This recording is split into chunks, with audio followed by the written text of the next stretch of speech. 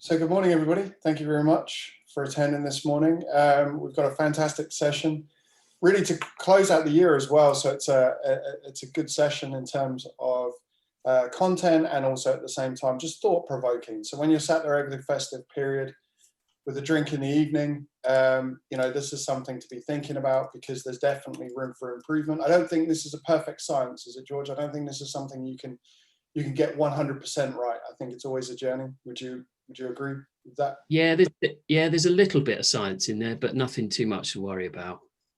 And the outcome of that is that, so George is going to talk this morning around surfaces, user experiences, what it means to be a customer. And it's often something that's overlooked by many organizations. I know as a business, we spend hours thinking about UX experiences. We really do, and what it means to people. With that, I'm going to hand over to you, George, if that's okay. Yeah, of course. Thank you. Morning, all. Thanks for having me along. Apologies about my lack of Christmassy background. You've all kind of put me to shame, really. I've just got a few slides that I want to talk you through. I think my objective today, hopefully, if I succeed, is to try and demystify user experience, as Ollie's just said. So I've got about 5 slides I want to take you through. I've just been through what I think are some of the important things around user experience, and I'll just cover those off. But just before I do that, I wanted to sort of frame the conversation to give you a little bit of a Christmas story, if that's all right. So if you'll just indulge me for a minute, I want to tell you about a Christmas a couple of years ago when I had an eccentric aunt come to Christmas with us, and she bought me a whopping great big present. It was in a huge box under the tree, and I opened it, and in it was something that you see on your screen there, which is a Stihl hedge cutter. So I was quite surprised by this. I picked the hedge cutter up, I inspected it. It was pretty amazing, actually. It had all sorts of gadgets on it. It had switches here. You could take the blade off and replace it. You could slow it down and speed it up. It was amazing. Everybody was oohing and ahhing over the present. And then slowly these sort of reality sank in, and there was a little bit of a problem, and it kind of went a bit silent. And then everybody realized that I don't have a hedge in my garden. And it hit me, and it was actually it was a little bit embarrassing, I suppose you could say. But then, as eccentric aunts do, she sort of started to say, well, maybe you could grow a hedge. Maybe you could give it to your next door neighbor. I desperately tried to save her blushes, and we sort of said, yes, of course. But I guess what I'm trying to say out of it, there are 2 things coming away from this story that I wanted to sort of put to you around user experience. And one is usability. So in terms of that hedge trimmer, it was very usable. You could pick it up. You knew where the buttons were. You knew how to take the blade off. But if you then ask me, was it useful? Well, no, it's not. So actually, it was solving a problem, but it wasn't really solving a problem that I had. And that's what user experience is really all about. Yes, usability and in terms of how they'll use your website or your app is really important. But whether or not that's useful to your customers, then I think that's a slightly more different question that you've got to answer. So with that in mind, let me just take you through just a few slides that I hope might kind of explain this a bit more. So yeah, I think when you open your presents under the tree in a few days' time, some of them you'll think, oh, crikey, can I actually use this thing? Is it usable? And then after that, you'll probably think, is it actually useful? Does this solve a problem for me? So those 2 things, just think about those things when you open those funny presents underneath the tree. So I think if I were to give you sort of 5 things to think about, and that is in terms of usability, like the hedge trimmer, is to sort of think about websites and apps, if you've got apps that you look after and manage, like products that you use.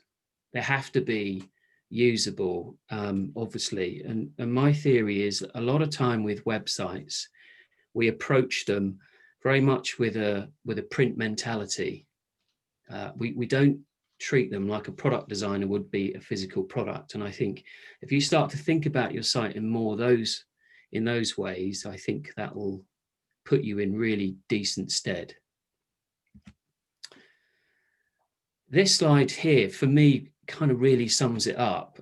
And I think if you can think about make something someone will like, rather than make someone like something, that's actually hugely important, because we've probably all used websites and apps that are incredibly difficult to use, and actually forcing someone to like something and use something is really quite difficult, because human beings sort of generally don't like to be made to do something. It needs to be easy for us to do. So if you can make something someone will like, then that is going to save you a whole lot of heartache. And that's obviously going to involve a lot of research and understanding what it is those people actually like to do. I don't know if hopefully you can see this sort of GIF that's playing on my screen. This image was sort of doing the rounds about a year ago, and I think it's fantastic. And if I were the designer of that slide, I'd be shaking my head and there'd be steam coming out my ears, because those little kiddies, all they're doing is sliding down anything but the slide.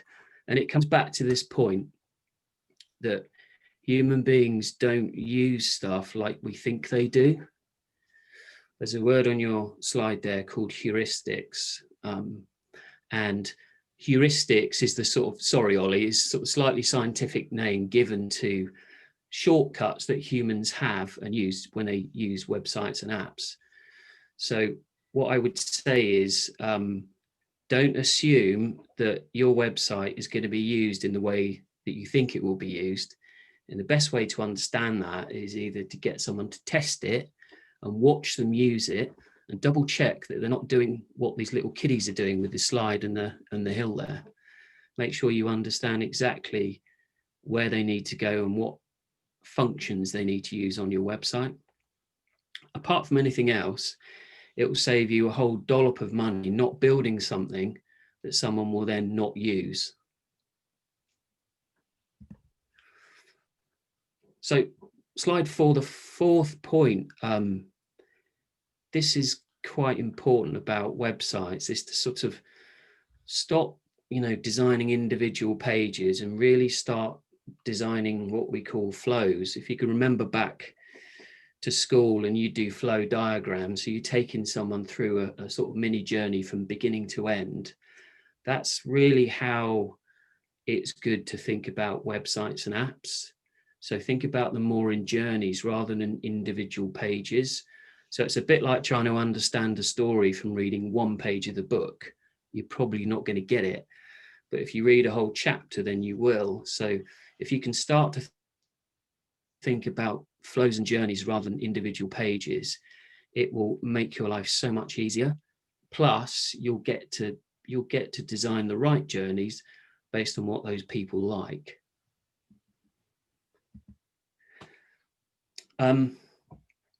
So on your screen, and forgive me if you guys know this stuff, but at the bottom you can see a series of heat maps. So if you've not seen this stuff before, it basically shows you the hotspots of the websites. It basically shows you the places where people click the most.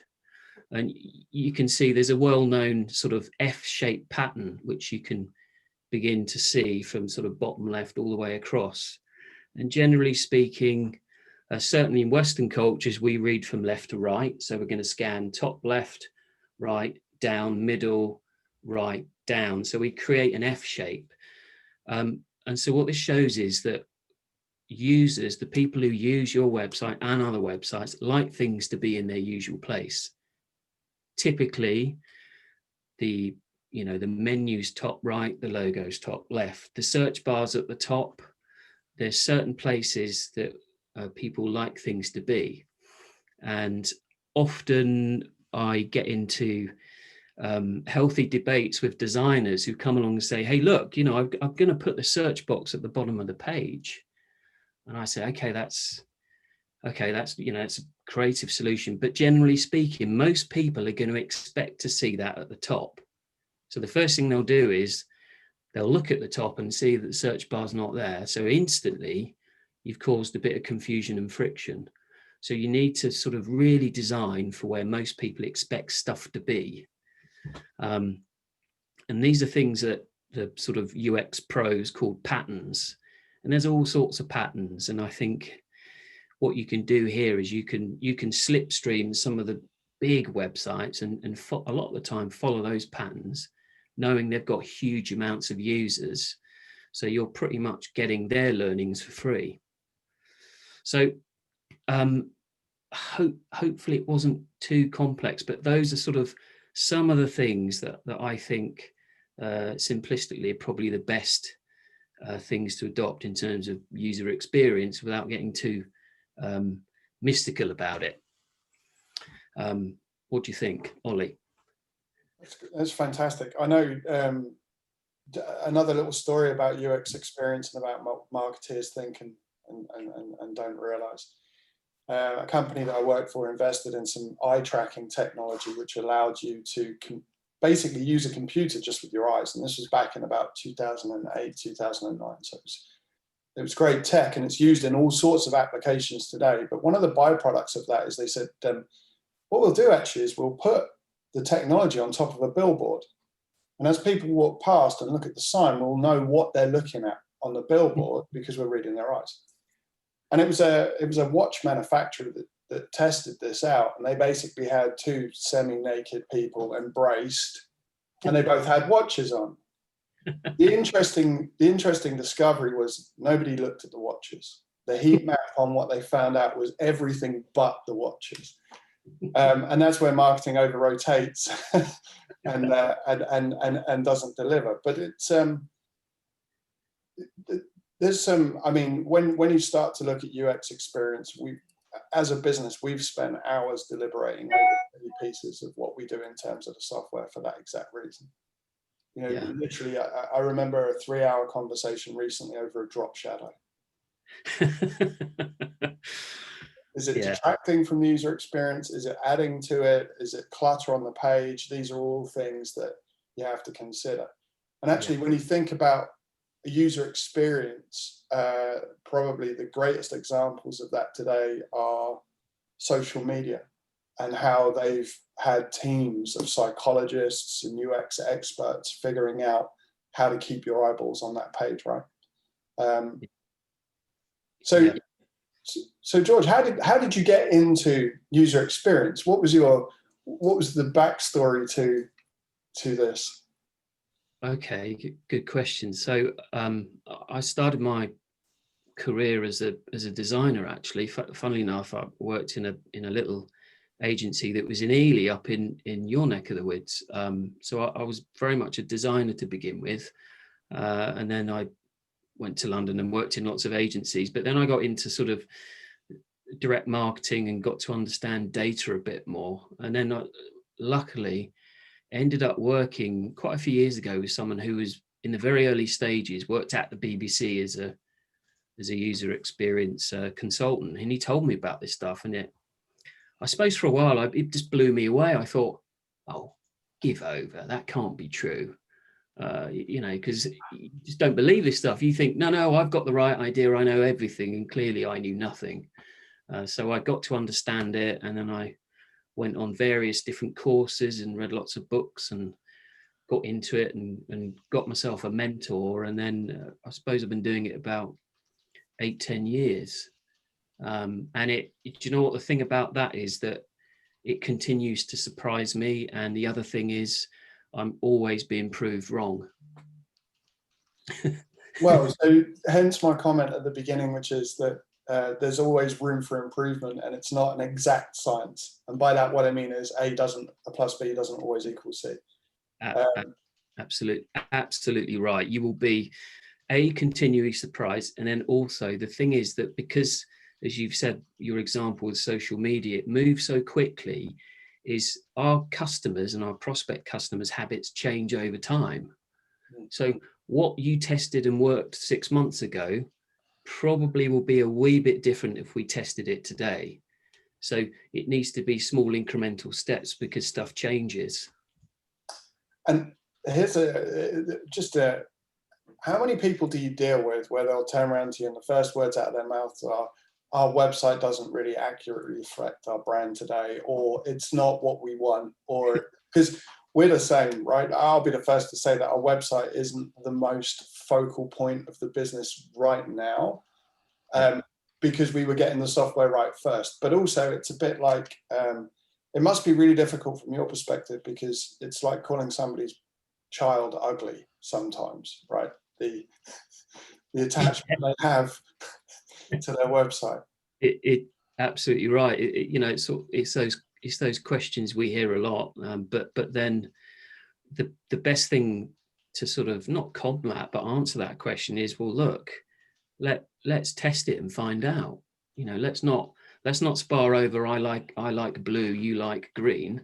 Let's get this thing tested, because the thing about that, Ollie, and everyone, is that we work with quite a big payment provider last year, and they said, oh, this website's terrible, it's really bad, and I looked at it and thought, okay, it's not great, but it's not awful.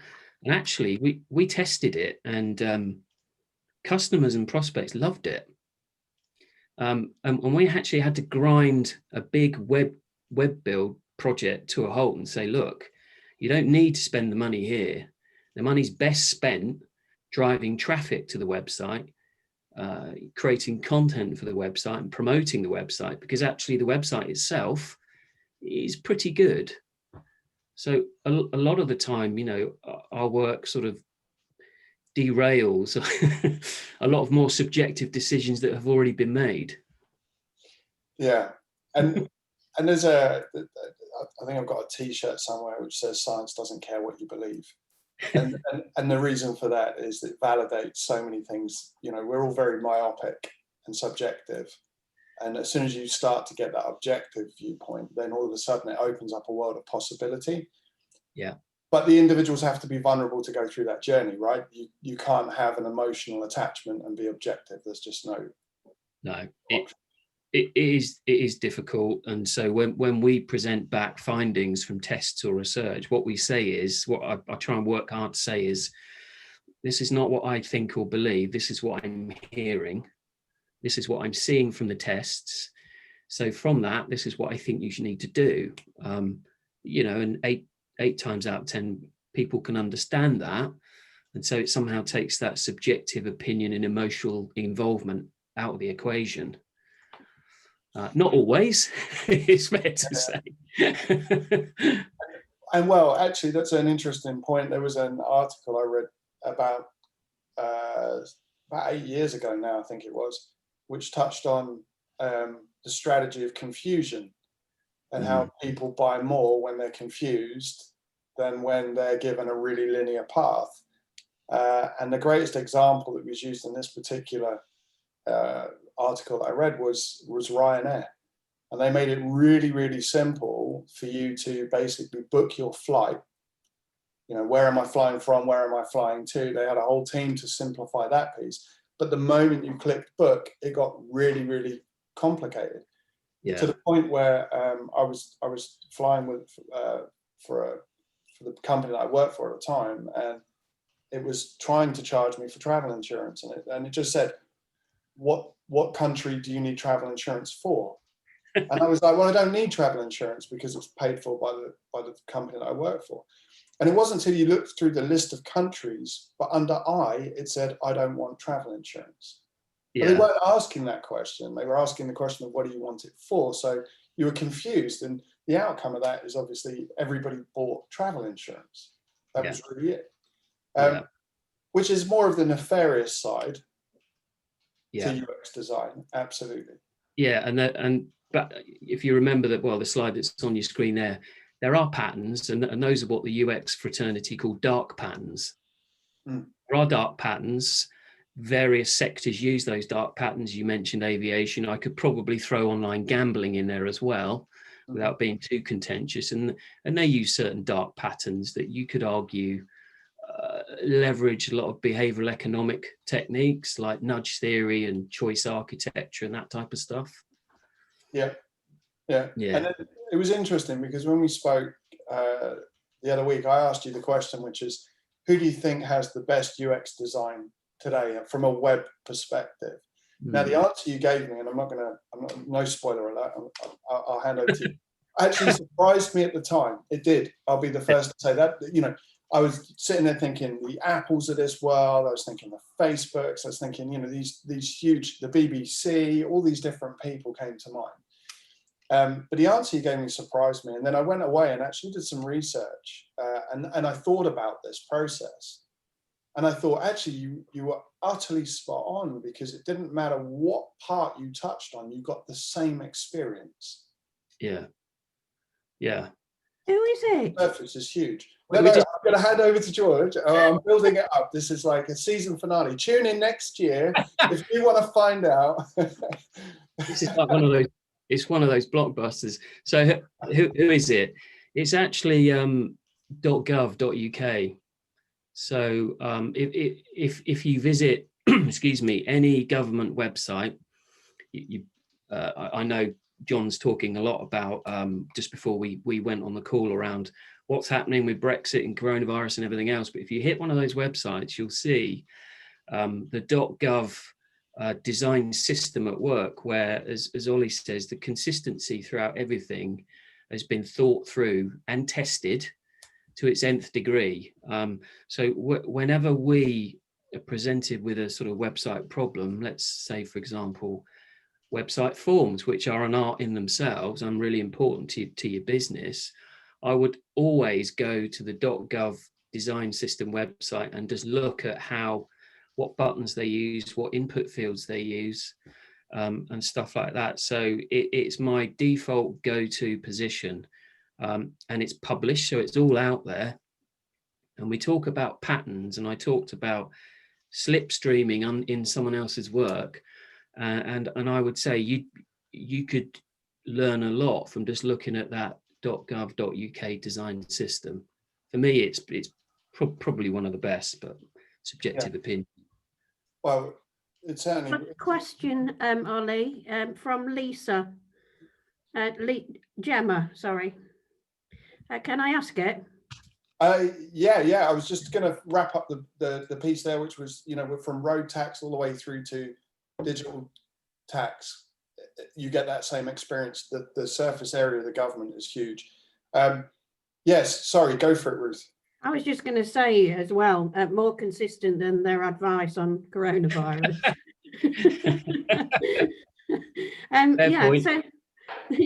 We've got a question here, George, from Gemma. She says, testing a new website on a target market seems to be very important.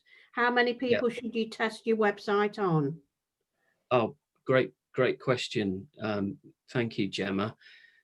Yes, so actually, forgive me, Ollie, there is a bit of science to this.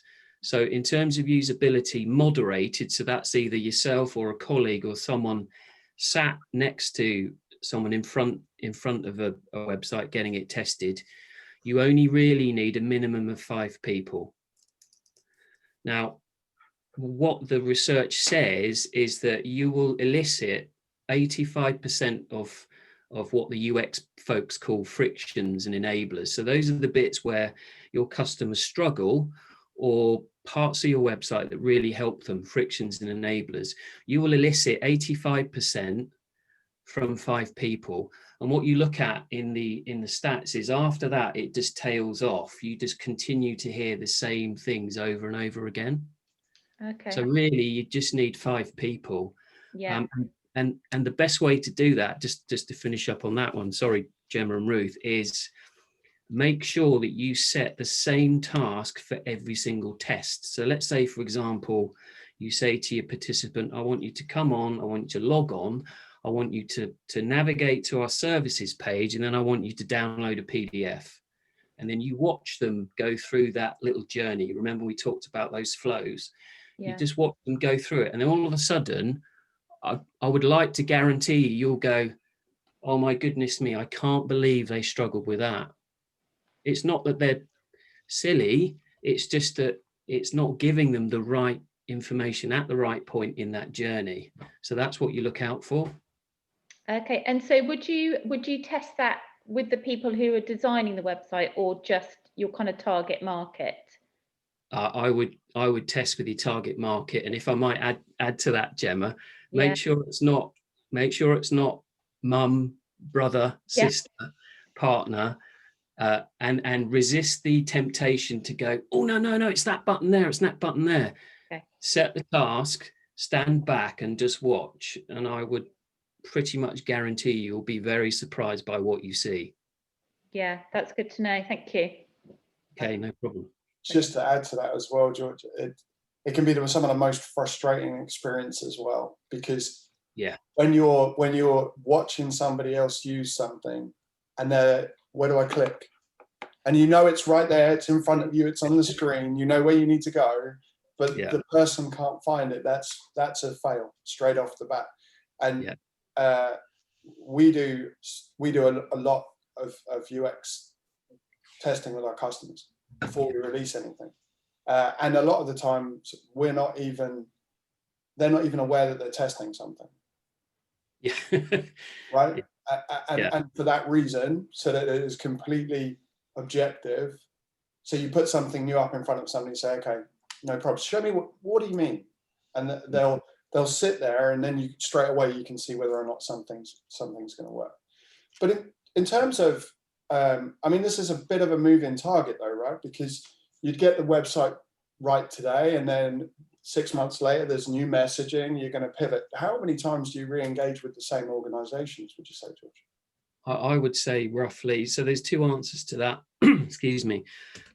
The other way, we just talked about with Gemma there about moderated testing with, a tester in the room and a participant. There's also unmoderated testing where you use tools like SessionCam, and there's another one called Hotjar. So these actually you install on your website, and they record each individual journey. So you're able to gather quite a lot of data from that. So you can do it that way, and then you look at patterns and behaviors over time.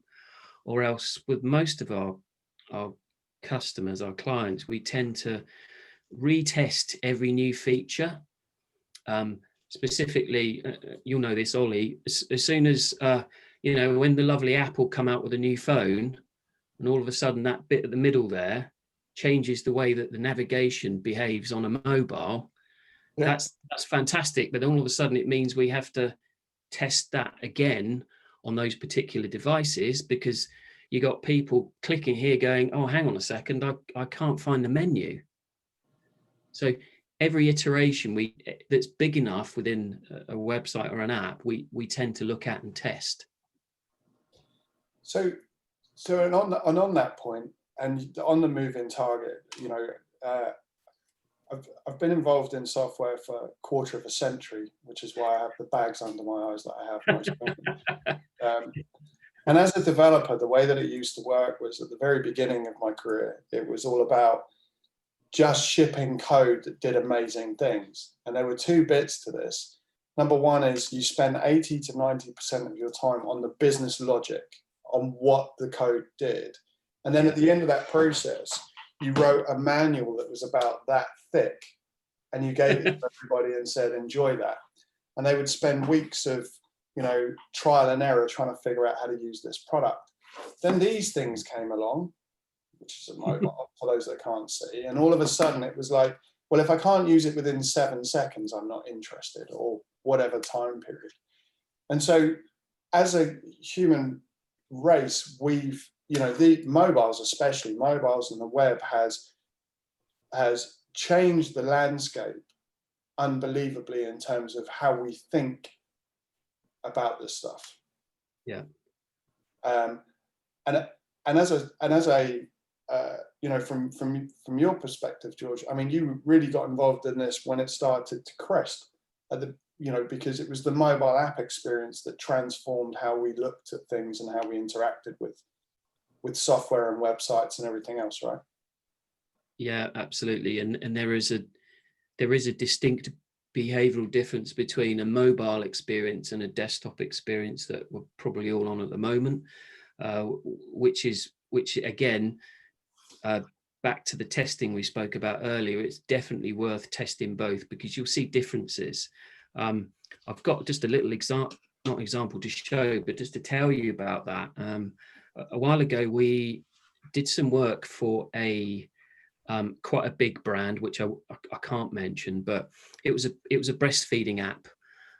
They built the app, and it was obviously designed predominantly, you know, for mobile and for young mums.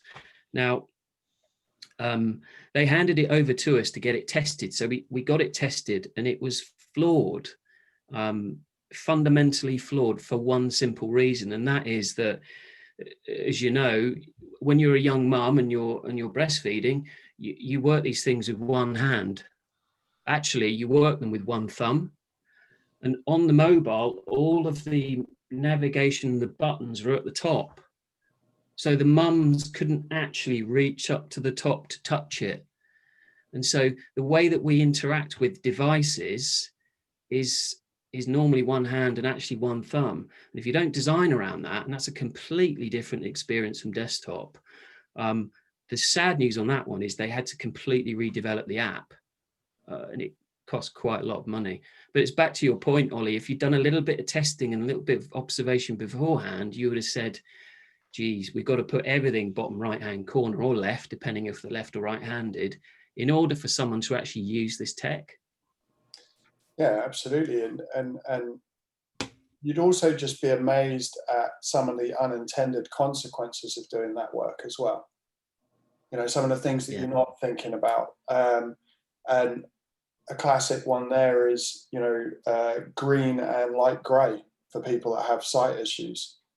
You know, all of a sudden they can't see what you're trying to present them on the screen. And so again, there's thought processes around accessibility. Accessibility, by the way, is, again, another huge part of web design and thinking about your audience. There are standards out there, you know, for people that use these devices, but use them in a way that helps them, because you've got text to speech, you've got various other components. Again, there's pieces to think about.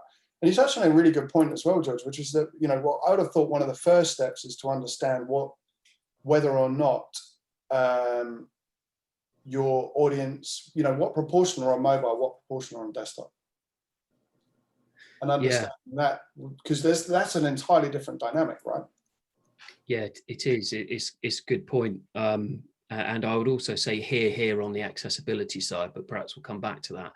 But yeah, so I think if a really easy way to work out, you know, what's the split in terms of your customers, your users, if you guys are familiar with Google Analytics, it's a dead simple free analytics platform from Google that if you plug in your website, it will give you all the data in terms of who's visiting, what type of device they're on, what type of operating system they're on. So then you can get a good picture in terms of, oh, wow, I've got over, and typically I think the average is around 69% of most people will visit your website on a mobile device. So all of a sudden you've got to orientate your whole approach slightly differently. Think about stuff stacking rather than being on a big screen, thinking about scrolling and gestures and pinching and all sorts of other things. Your approach changes slightly. Yeah, entirely. But also as well, you know, if we just double click on the accessibility side, there are standards out there. WCAG is one, and the reason why I'm going there is that the other piece to the mobile side is, you know, text size. You know, there is a slider inside settings for text size for a reason, and when you move that slider, it reformats everything on the page. Now, for anybody that's ever had the fun of developing mobile apps, which I have in the past, the outcome is it looks great as you look at it, but as soon as somebody changes that slider, everything reshifts on the page and everything suddenly moves. Designers hate it because it reflows everything. And you can relate to that, I'm sure, but it's hugely relevant, isn't it? Yeah, it is. I mean, I've got, excuse me, I do have a little bit of a bee in my bonnet around accessibility, because I just think it's just so, it's the right thing to do, to include as many people, as many customers that you can attract as possible, to make it easier for them to consume your content. That's number one. And there are standards, and they're all published and updated, so we should adhere to them. Secondly, even more importantly, Google now ranks for accessibility. So if you've got this accessibility built into your website, then Google's going to look at it and go, okay, these guys are good. Let's budge them up the ranking slightly. So it makes sense from a sort of citizen's point of view, but it makes sense from a business and a marketing point of view to be found by Google. Yeah, 100%. And we work with a number of charities that work in exactly this area, where they're helping people with site issues and various other pieces. And disabilities in that sense, and additional needs. And the outcome is every interaction they have has to be as inclusive as possible. Yeah, it really does. And the point being there is that I remember I did some work with the BBC in 2013. I was in their offices a lot, and they actually had one particular employee who was, had zero sight. Mm. And yet he had his whole workstation set up and everything, and they'd put provisions in place to help him from the moment he got out of the tube. This was a new broadcasting house, to get to his desk. But then his desk was set up, his whole workstation was set up for someone with zero sight. And so the technology's there. It's just often overlooked. But actually, there is a growing trend, by the way, especially in the younger generation, to have hearing and sight issues, again related to too much time on devices and too much time with headphones in. So there's a kind of a growing problem there, and that's not my stats, that's the stats of somebody that we work with. So in terms of so about a year, 18 months ago, we put a UI picture up on a page, and we went through it with a red pen and took everything off that we considered to be clutter at that moment in time. Yeah. If it's not relevant, lose it. That was the whole idea. From your perspective, when you look at somebody's, website, there's a difference between War and Peace, what we do, and something succinct enough to get the point across. Do you do any work with the actual content itself in terms of the, helping customers understand that? Yeah, we do. So we would probably approach that, look at the Google Analytics first. So what we're looking for there is something called bounce rate. If you're not familiar with bounce rate, it's the percentage of users who are leaving your website within 10 seconds. For whatever reason. It's a bit like walking into a shop and having a look around and going, oh my goodness, this isn't what I expected, then walking out again. And so what you need to do is ask yourself the question, which is, what's going wrong there? Are we getting the wrong type of traffic? I'm getting the wrong type of people in my shop, or have I got something in the shop that's not right for them? So we look at the content within that. So we'll look at something on Google Analytics called content drill down. It's going to tell us how long on those particular pages your users are actually spending. So it will give us a sort of baseline reading of what's going on. And then what we'll do is we'll then probably test it and then encourage the participants to sort of talk out loud and watch them as they scroll, and they'll go, oh my word, there's too much. That tends to be the problem, is there's far too much information. Like you said, Ollie, there's far too many options. And that's perhaps where the science does come in. There's a law, it's called Miller's Law. So this is an old a psychological law that's been around since the 50s, but it's all about the ability for us to store information in our short-term memory. So Miller's law is 7 plus or minus 2. So what that says is we can only process cognitively in our brains 5 things at any one time at the minimum, and 9 at the maximum. So what's happening is if you start to do too much, the brain just gets completely overloaded. There's too much choice, and then I just click away. It's probably the reason why if you look at your smartphone, you've got 4 buttons along the bottom. We're not overloading people too much. So that's what tends to happen, is there's just too much going on. We overload and people go, I can't make a decision, and off I go. So if you think about Miller's law, whenever you're trying to make decisions on what you put on websites, it's probably a good place to start. You touched a button there, I'm afraid, which is there's a huge amount of overwhelming science and psychology around the fact that there is too much choice in today's world. I remember watching a fantastic presentation by, I can't remember when this was, it was a few years ago, but basically when you go and buy jeans nowadays, you can buy jeans in 50 different colors and 50 different styles. And the problem is that when you're making the choice in the store, you're confused by the complexity of this decision you've got to make. But the byproduct of that is when you leave, you're always going to regret the decision you made, because you'll always go, should I have got the grey ones with the boot cut? So humans are in this turmoil that we can never make the right decision, and we're blinded by the amount of decisions. But on the flip side, there's how many people have stood in a PC world and looked at a TV or a Curry's or whatever, looked at a TV and gone, oh, I think I like the Sony more than the Toshiba, but it's not quite as good as the LG. Yeah, right? We've all done that. But then when we get the TV home and get it set up, we never ever make that comparison ever again. We can't make it ever again. So it's almost useless to do it in the first place as an exercise, because you can't ever go back and reaffirm that decision. So content is something we can boil down and understand from bounce rates. There is another question which I'll go on to in a second, but the other piece to this is how many businesses are wasting millions a year on things like Google AdWords, promoting their services online, right? But not having the right structure to maximize their visitor click-throughs. When you start to think about that's hugely expensive, right? It is, and there are one of the things that we look at is, we talked earlier about that overall journey, but let's not forget that the journey tends to start off-site, an ad, an email, social media. So the click starts there.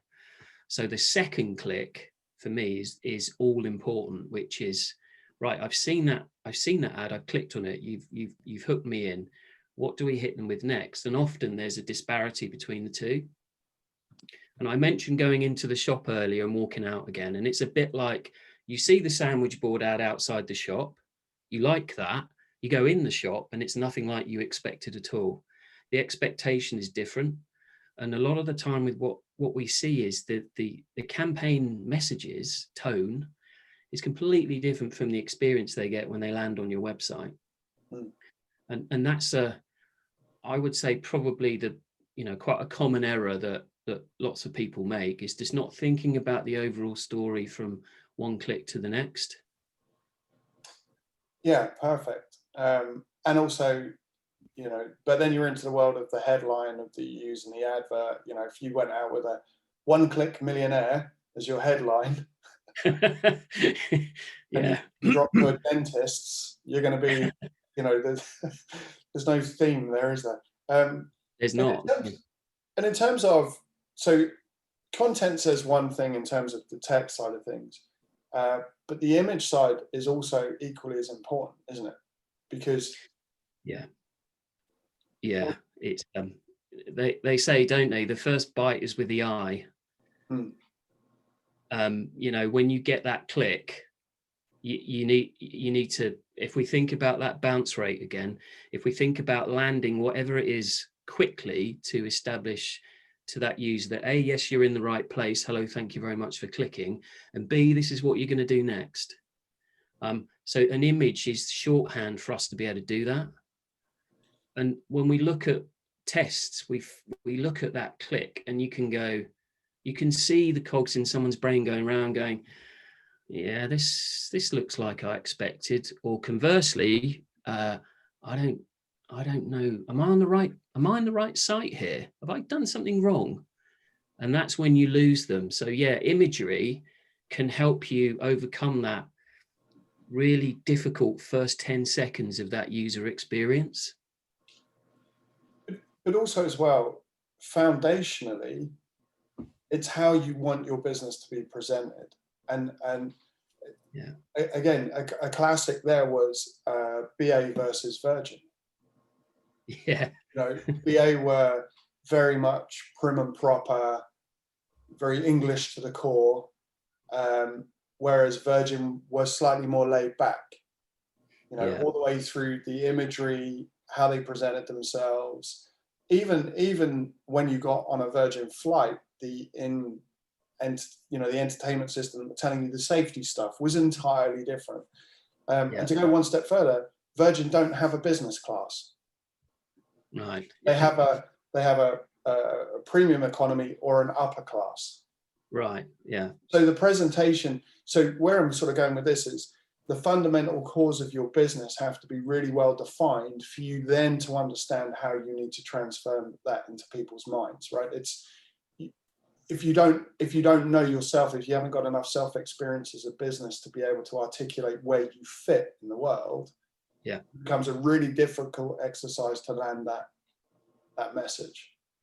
Yeah, yeah, absolutely right. And that second click that we talked about is really the moment of truth, where you've got to be disciplined in terms of what you land as your first message. And I liken it a lot to like a maitre d' at a nice restaurant. When you walk in, they'll say, "Good evening, nice to see you. Would you like a drink at the bar, or would you like to go and sit down to your table?" And that's really what that second click needs to do. It needs to say, "Hello, you're in the right place. Thank you very much for visiting. Right, you can either go here or here. What would you like to do?" What we try and say is we encourage people to get somebody off the homepage as soon as possible. So it's a bit like saying get them out the foyer as soon as possible and either sat down at the bar or at their table having dinner, because that way they're less likely to walk out the door. They're less likely to bounce. Yeah, but also it's a balance, isn't it? Because you don't want to be over rotate on what is leading to the website by giving everybody everything they need to know. It's almost Hansel and Gretel in terms of how you've got to piece together that journey. Yeah. And that's not easy, is it? Being disciplined about what you land as that first message is probably the reason why, landing pages or home pages get the time spent on them that they do and get tested. Let's not forget the other way to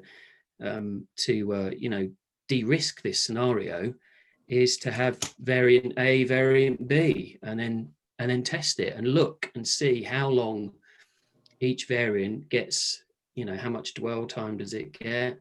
Is it having roughly the same amount of bounce rates? Have we got a feeling for what we think is worse or better? And then continue iterating that. And that's sort of how you might be able to establish what your best message is. Yeah, and also as well, there are quick wins though, right? So I'm just conscious that we're making this sound like this huge monolithic project that's going to take forever and be hugely expensive. Small wins can make big differences, right? Yeah, massively. And I would really sort of, I desperately want to make sure that this doesn't sound too overwhelming to you all, because it really isn't. And the key, as Ollie says, is start small. That's the key. Let me give you a really, really simple example. We were working for quite a big care home group that's around here. I'm in Dorset, by the way, if you didn't know. And they needed to recruit lots and lots and lots of people. And there was a problem with the recruitment. They weren't getting enough numbers through to recruit carers. And when we looked at their website, it was really simple, because there were 2 tabs. One tab said carers, the other tab said careers. Now, when we looked at the user base, predominantly people whose first language is not English, Portuguese, Spanish, Romanians and Polish. So this bit was completely confusing, and they couldn't work out what carers and careers, and it's a mistake anybody could make.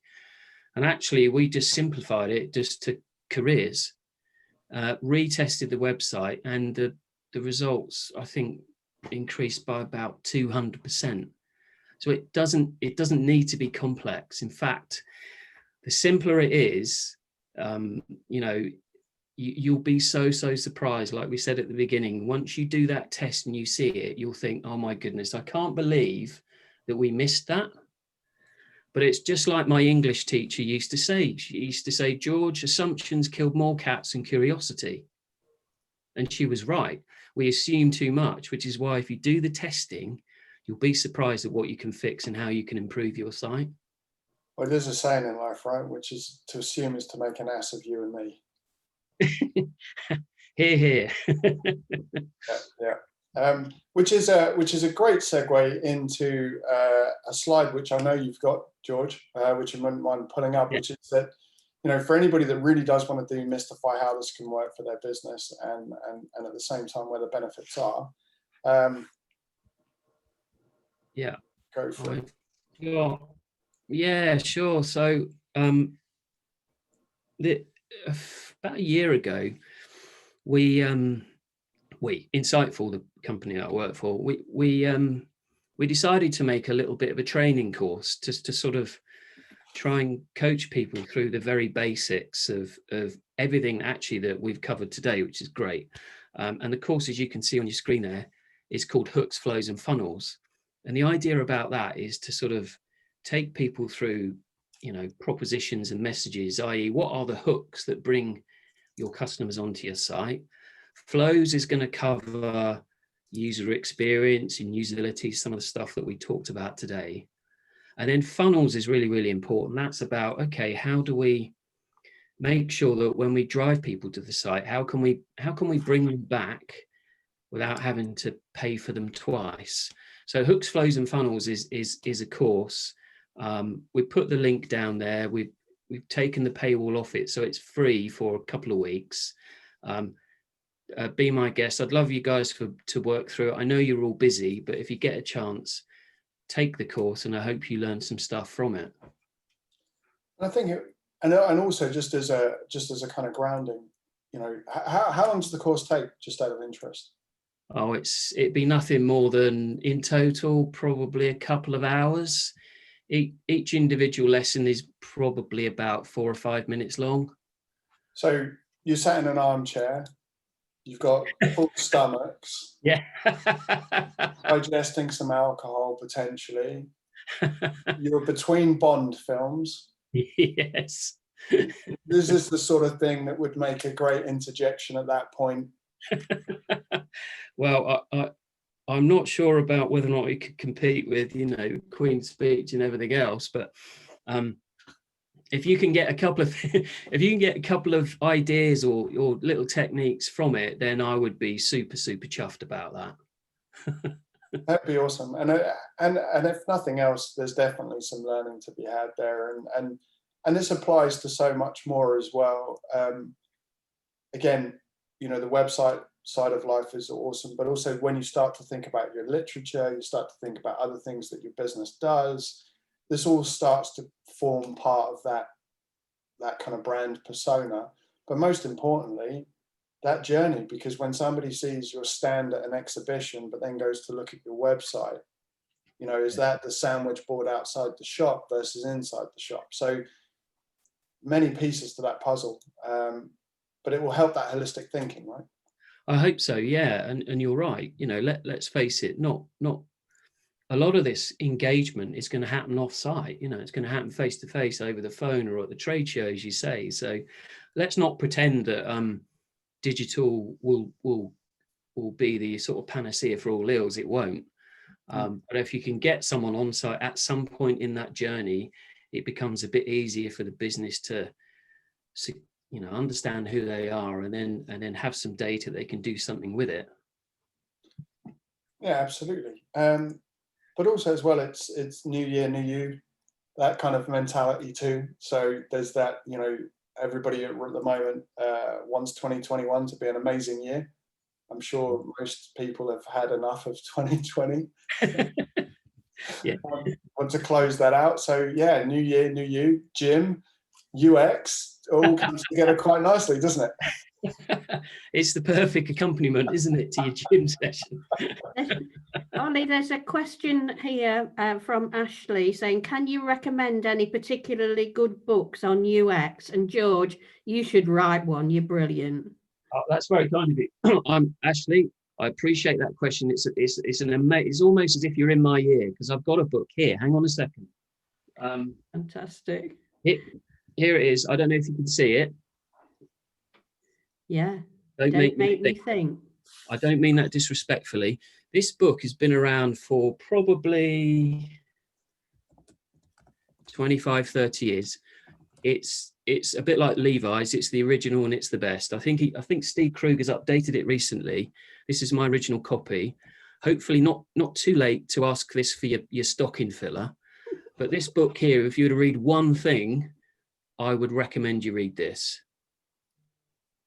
I'd love to be able to write a book as good as this, but he's done it a lot better than I, and it's all in there.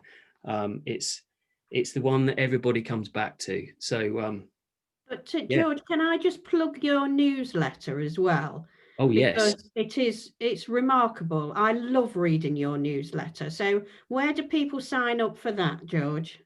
Thank you very much, by the way, for being so kind about it.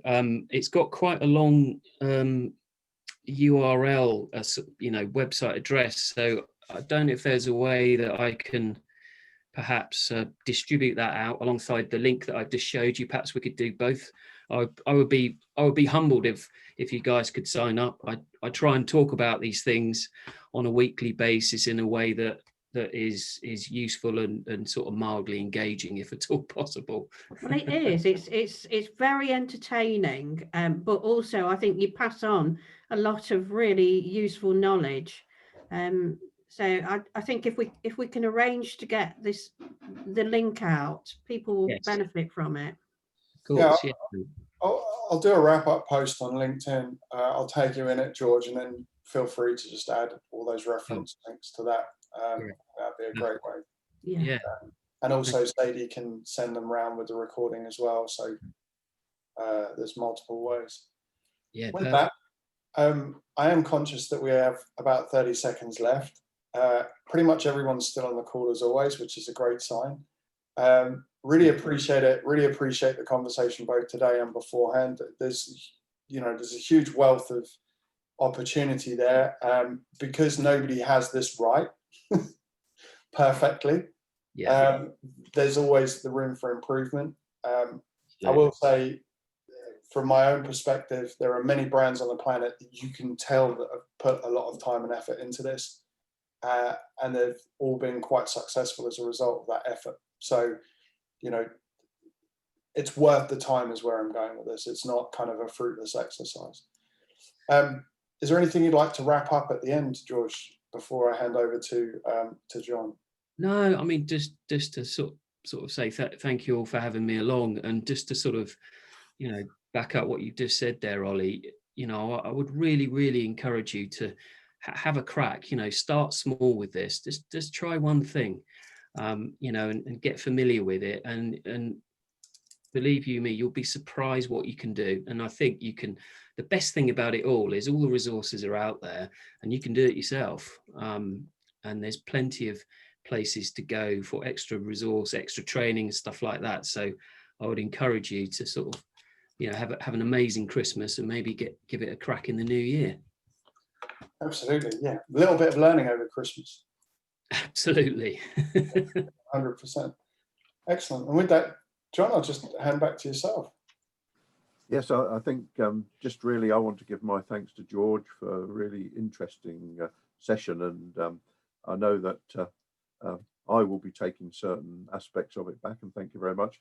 I'm hoping, obviously we've got a recording and we'll certainly be letting people have that, so if they want to be able to link up with it, we'll do that, and we'll make sure that the links that have been given can also been sent round to everybody that's booked on today, so you've got all that information. But you know, really most important, and thanks a lot, George. Coupled with that, of course, great thanks to Ruth, who's such a friend and supporter of the Chamber and helps us in so many different ways, and we do appreciate, Ruth, all that you've done throughout the year as well, and we're looking forward to the programme for next year as well that we're going to develop with you, so thank you very much. And of course Ollie, who also runs these sessions for us so well and makes sure that it all operates the way that it should. Ollie, we do appreciate your support as well, so thank you very much.